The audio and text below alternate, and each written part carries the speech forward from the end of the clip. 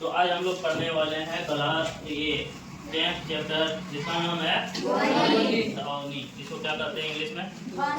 Sound. Sound मतलब क्या होता है? आवाज।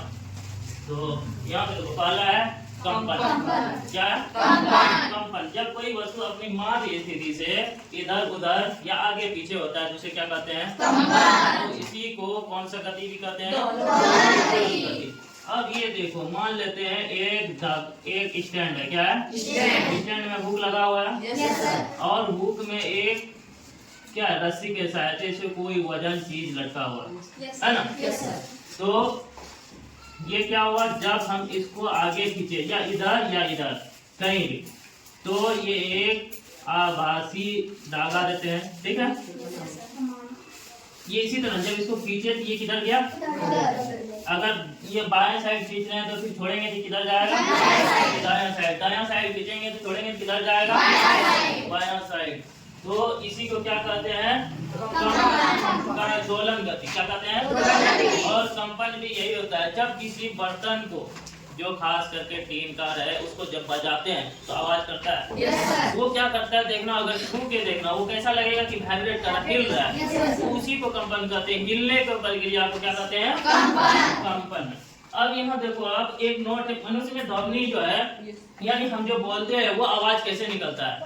इसे कंठ जो यहाँ पे ये देख रहे हो इसी के ऊपर में रहता है। वहीं से जो हम ध्वनि बोलते हैं वो शुद्ध पता चलता है कि क्या बोल रहा है और वो आवाज हम तक मेरे कान तक पहुंचती है और उसको हम समझ पाते हैं कि कौन क्या बोल रहा है। ठीक है, तो क्या है ध्वनि वाक्यांश या कंठ द्वारा उत्पन्न होती है। उत्पन्न होना मतलब जन्म लेना।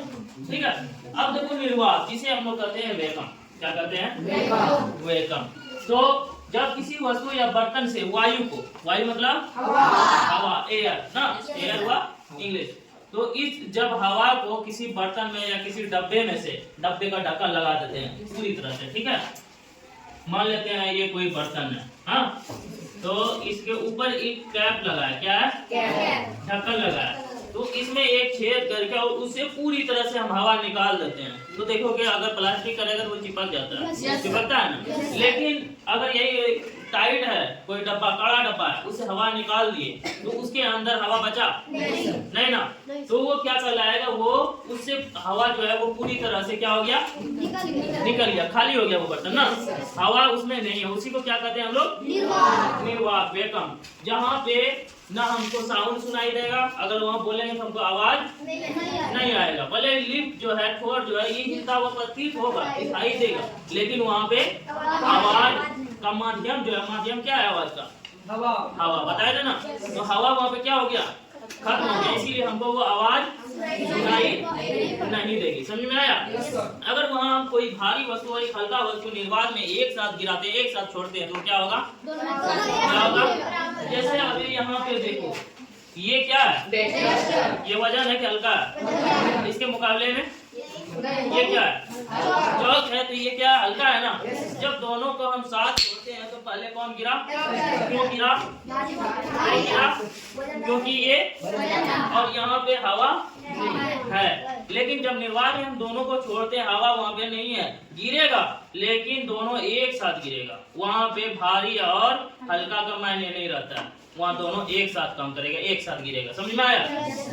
तो निर्वात समझ में आ गया। अब आगे है कर्णपटा। क्या?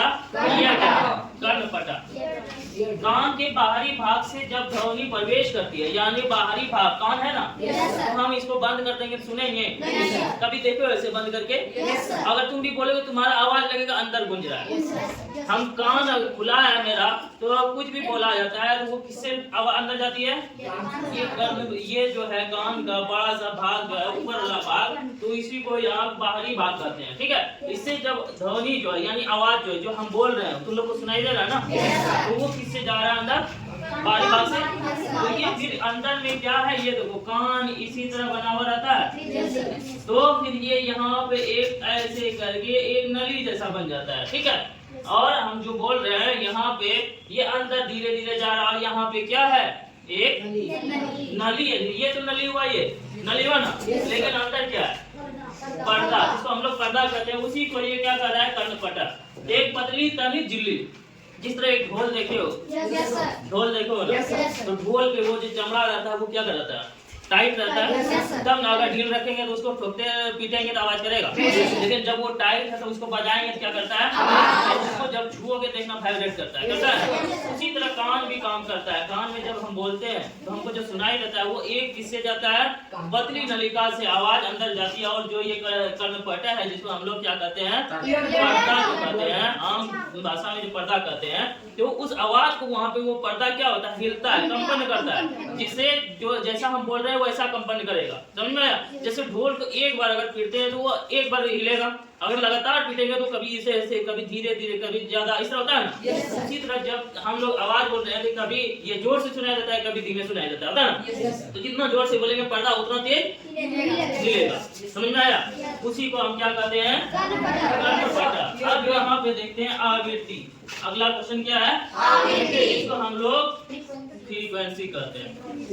तो प्रति सेकंड होने वाले दोलनों की संख्या को दोलन की आवृत्ति कहते हैं। मान लेते हैं ये एक, कोई भी हम जब मारे कंपनी क्या हो, तो यहाँ पे एक सेकंड में जितना दूर चला गया, जितना दूर चला गया वो उसकी क्या कहलाएगी, क्या कहलाएगी, आवृत्ति। ये क्या है, एक बार जो यहाँ से ये एक सेकंड में इतना दूरी तय किया, इसको क्या कहते हैं, आवृत्ति। समझ में आया? फ्रीक्वेंसी। अब फिर है आवर्तकाल, इसको कहते हैं टाइम पीरियड। तो एक दोलन पूरा करने में लगा समय, एक दोलन जब पूरा किया तो उसमें जितना टाइम लगा उसको क्या कहते हैं, आवर्तकाल, टाइम पीरियड। यहाँ पे देखो, ये यहाँ से जब गया, फिर ये जैसे ही ऊपर आया, इसके सामने में जैसे आया, यहीं से दूसरा शुरू हुआ ना, इसको क्या कहेंगे, इतनी दूरी को टाइम पीरियड, आवर्तकाल। क्या यहाँ पे ये दोलन जो है, इसको एक बार यहाँ से हम छोड़े, यहाँ से छोड़े, यहाँ गया, फिर इस जगह से जो यहाँ वापस आया, इसको क्या कहते हैं, आवर्तकाल, टाइम पीरियड। समझ में आया? अब फिर इसके आगे हम लोग बात पढ़ेंगे।